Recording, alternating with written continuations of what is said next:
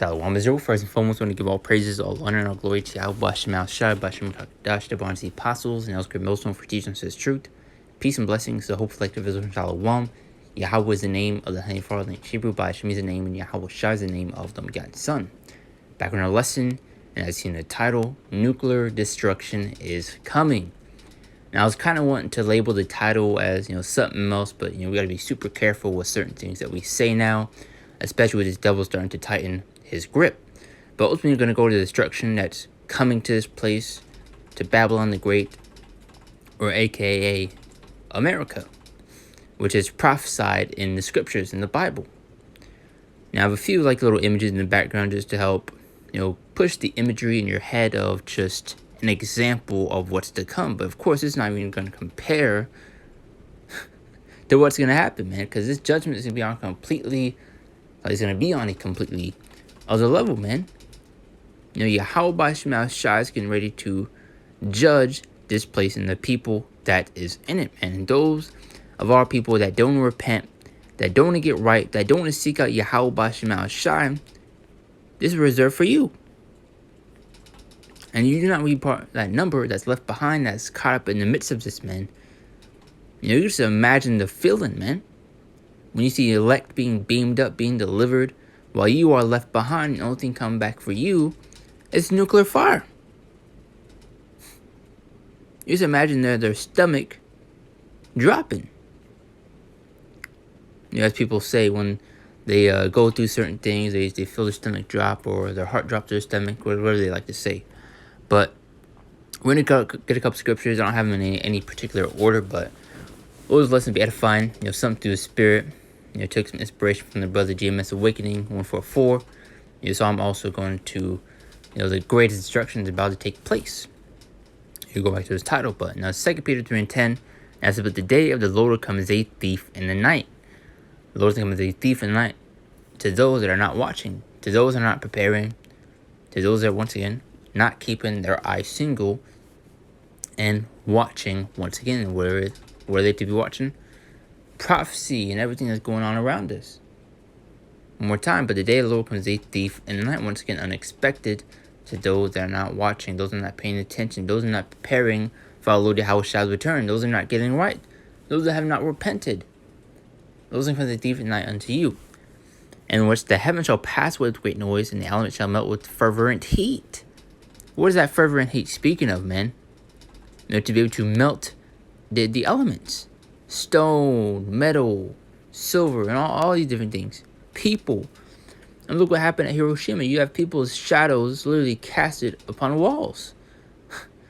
And the elements shall melt with fervent heat. They are also in the works that therein shall be burned up. So Yahweh Shemal Shai is getting ready to judge this place, man. And guess what? It's going to be by the way of thermonuclear missiles once again. And that's why you see the tensions continue to rise in the midst of these nations, with Israel versus Hamas. Yahweh Shemal Shai is stirring that pot in order to reach that boiling point, which is going to be World War III, or also known as, aka, Armageddon. Now let's continue on with the scriptures. Now this is Isaiah 24:20. Like I said, I don't have it in any particular order, but let me flow through the Spirit. There is also, the earth shall reel to and fro like a drunkard. This is going to show how massive and just wide scale this judgment is really going to be, man. You have the earth shaking. The earth shall reel to and fro like a drunkard, and shall be removed like a cottage, and the transgressions thereof shall be heavy upon it, and shall fall and not rise again, which you can also get in Isaiah 13, how this place will never be inhabited again. Because guess what? America, aka Babylon the Great, is going to become that lake of fire. And that's a cut to you Christians as well as you other Israelite camps that are pushing that the lake of fire is speaking of a eternal, spiritual, burning hell. When that's not the case. And it really just goes to show a lot of these guys have sold out. But Isaiah 34:1-6 also further that point. Now it says, "Come near, ye nations, to hear, and hearken, ye people, and let the earth hear, and all that is therein, the world, and all things that come forth of it." Verse 2, "For the indignation of Yahweh Shemal Shai is upon all nations, and his fury upon all their armies. He had utterly destroyed them, he had delivered them to the slaughter." Verse 3, "Their slain shall also be cast out, or sorry, their slain also should be cast out, and their stench shall come out of the carcasses, and the mountains should be melted with their blood. It's going to show how heavy this judgment really going to be, man. Because it's one thing to really speak on it, but it's going to be a whole nother story when you're seeing it playing out. It's more to fear Yahweh by Shemal Shai, man. You have seen literally nothing yet, man. Verse 4. And all the hosts of heaven shall be dissolved, and the heavens shall be rolled together as a scroll. And the heavens shall be rolled together as a scroll is speaking of the mushroom cloud being formed from those explosions. Which you can see, certain videos of military tests where they'll shoot certain missiles, and you can see a mushroom cloud form from it. Or you'll just see within these movies and cartoons in general. Excuse me. Now it said, and the heavens shall be rolled together as a scroll, and all their hosts shall fall down as a leaf falls off from the vine, as a falling fig from the fig tree. Now the main point right here, from my sword shall be bathed in heaven. Behold, it shall come down upon Idumea. Who is Idumea speaking of? Esau, Edom. And upon the people of my curse to judgment, because Yahweh Bashim Shai is going to destroy the wicked of our people, pursuant to Zechariah 13:8. How 2/3 therein shall be cut off and die. So 2/3 of our people are getting ready to be destroyed, man, to be judged. And hey, we can see why. I mean, look at the estate that our people are in. The things that they're following, the things that they're keeping, dealing with these heathen customs, these pagan holidays, and just being plain out wicked, man. Continuing to rebel and go against the ways of Yahweh Bashim Shai. There's consequences of that, man. Now, let's see. Verse 6, the sword of Yahweh Bashim Shai is filled with blood. It is made fat with fatness, and with the blood of lambs and goats, with the fat of the kidneys of rams. For the Lord had a sacrifice in Basra, and a great slaughter in the land of Idumea. So wait, there you go. As Revelations 14 and 10, also want to get this main point right here, where it's also going to the destruction that you will receive if you do take that Karagman, that MOTB, which Lord will make another lesson going into after this. Because now you're seeing a lot more information coming out. You're seeing more self-checkouts being implemented and pushed out, and just the steps that are being taken in order to reach, that ultimately, that finish line, the implementation of this beast system.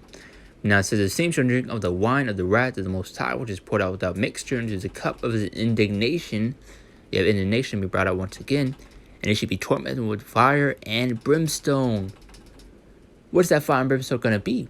Thermonuclear missiles, intercontinental ballistic missiles that the Lord's going to barrage this place with, man. And specifically, Babylon the Great, aka America. That's where the main judgment will take place. Of course, you have certain locations that will hit be. Can't even speak. You will have certain locations also be hit, but most of America is going to be mainly taking the brunt of it. Now it says, in the presence of holy angels, in the presence of the Lamb. The Lamb being Yahweh Shai. Now we had a couple more. Wasn't just flying through these. Now it's Revelations 20 and 15.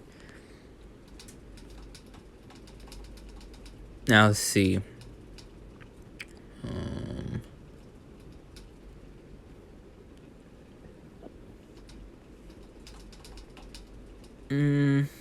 We can start from verse 9. Yeah.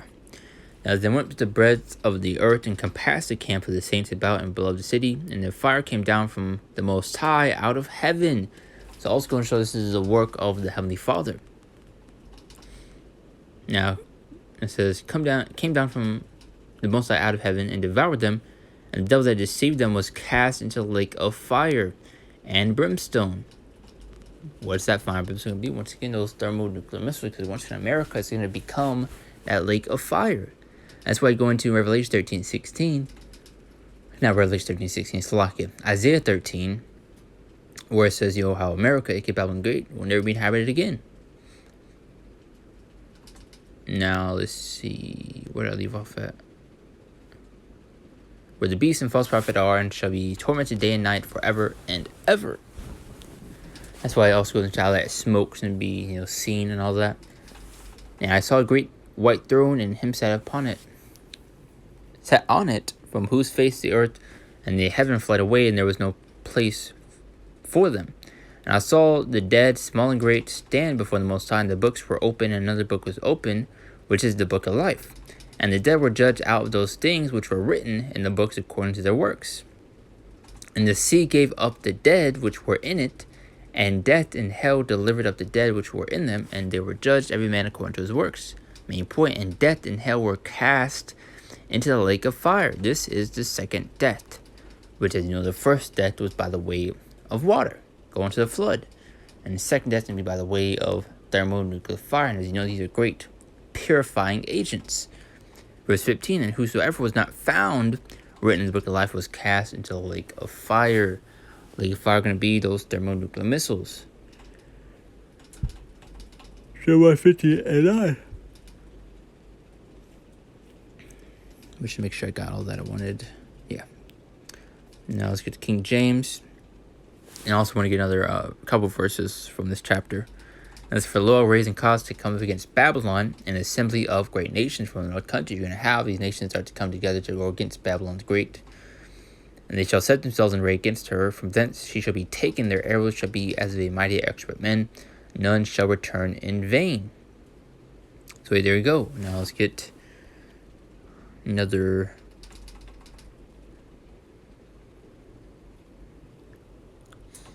couple verses. What I want, it's like around 20 plus verses. We get the 14th verse. 14th verse pretty good. Now it says, put yourselves in array against Babylon round about, all ye that bend the bow, shoot at her, spare no arrows. And guess what? That's not speaking of no regular arrows, for she has sinned against the Lord, which will further push that point in a couple of scriptures. Now let's see. Shout against her round about. She hath given her hand, her foundations are fallen, her walls are thrown down, for it is the vengeance of the Lord. Take vengeance upon her, and she had done as she had done, do unto her. As you get in a few scriptures, and I believe Obadiah, I think 1 and 15, Deuteronomy 37, how this devil is going to receive the consequences of his actions, the things he has done. It's going to return upon his own head. Now let's see. You get verse 22. Now it says, a sound battle is in the land and of great destruction. How is the hammer of the whole earth cut asunder and broken? How has Babylon become a desolation among the nations? You can also get Isaiah 14. We're going to have these nations start to look at Esau. This was a man that was ruling, that was in power, that people feared. Verse 24, I have laid a snare for thee, now are also taken, O Babylon, and was not aware. Thou art found and also caught, because thou hast striven against the Lord. Yahweh Shai has opened his armory, main point right here. And this should be just clearer than ever. Yahweh Shai has opened his armory and hath brought forth the weapons of his indignation.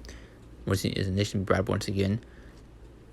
For this is the work of the Lord, power of hosts in the land of the Chaldeans. And that's all I want right there. These last couple scriptures, and like I mentioned, dealing with the arrows. 2 Ezra 16:13. For strong is the right hand that bendeth the bow. His arrows that he shooteth are sharp and shall not miss when they begin to be shot into the ends of the world. So what regular bow and arrow can be shot from one place on the earth into the whole other side? None. So it's going to those ICBMs, and you can look up how many miles those missiles can travel, literally from one continent to the whole other side, man. Now let's get Isaiah 13, which I may save this for last. Yeah, get that. Now it's Proverbs. We'll actually save that too. Okay. So Isaiah 54 and 16. As it behold, I have created the smith that bloweth the coals in the fire. Now it's going into, pretty much Yahweh Shai, giving these modern day scientists and nuclear scientists the knowledge and the understanding in order to create the nuclear missile. Because when you look into it, that has to be of Yahweh Shai, man. With all the intricacies and all the information and, the clashing and the collision of atoms and all these different things.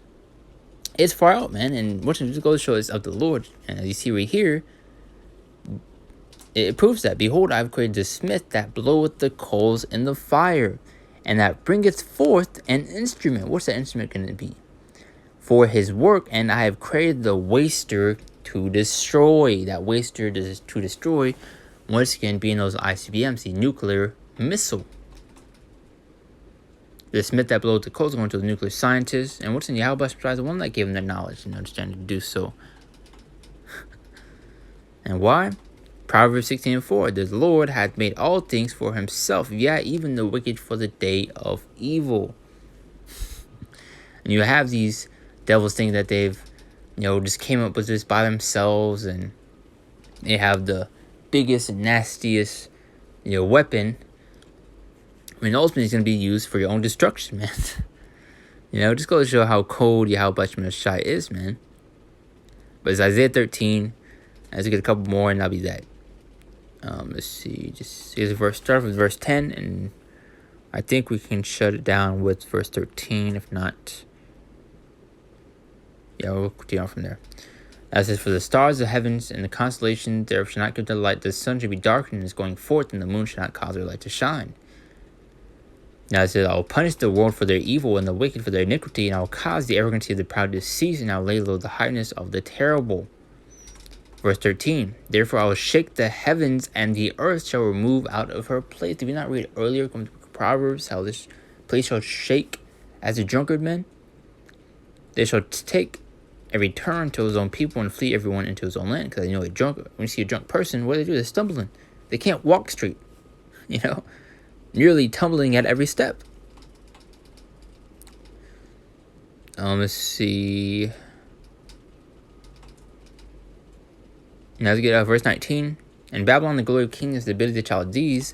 Excellency shall be as when the Most High overthrew Sodom and Gomorrah. How did the Lord overthrow Sodom and Gomorrah? Fire and brimstone. Verse 20, it shall never be inhabited, neither shall it be dwelt in from generation to generation. Neither shall the Arabian pitch tent there, neither shall the shepherds make their fold there. So, going to show that America, aka Babylon the Great, will never be inhabited again. Also going to show how heavy destruction is going to take place, as well as going to that lake of fire. Because you can, in multiple other scriptures, to disprove that whole Christianity hell doctrine. Because scripture is going to tell all of Israel shall be saved.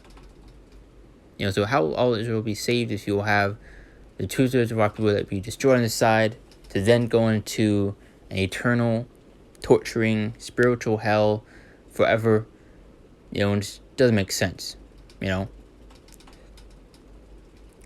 let's see. But wild beasts of the desert shall lie there, and their houses shall be of doleful creatures, and owls shall dwell there, and satyrs or satyrs shall dance there, which you can also get in Malachi, the 1st chapter, also going into that. Verse 22, and the wild beasts of the island shall cry in the desolate houses, and the dragons in their pleasant palaces, and their time is near to come, and her days shall not be prolonged. So that's pretty much it on that. Like I said, just quick, let's do the spirit. Took some inspiration from their brother. Also, I have another lesson I want to dive into today, Lord willing, going into the MOTB and the progress that's being made. As you're already seeing with the Neuralink, and just the steps that are being made once again. But Lord's wisdom is edifying and to the point. I do want to give all praises, all honor, and glory to Yahweh Shai, B'Shem Kadash, the Bonsi Apostles, and those great millstone for teaching us His truth, peace, and blessings, His hope for the elect of Israel. And Shalom. See you next one, Lord willing.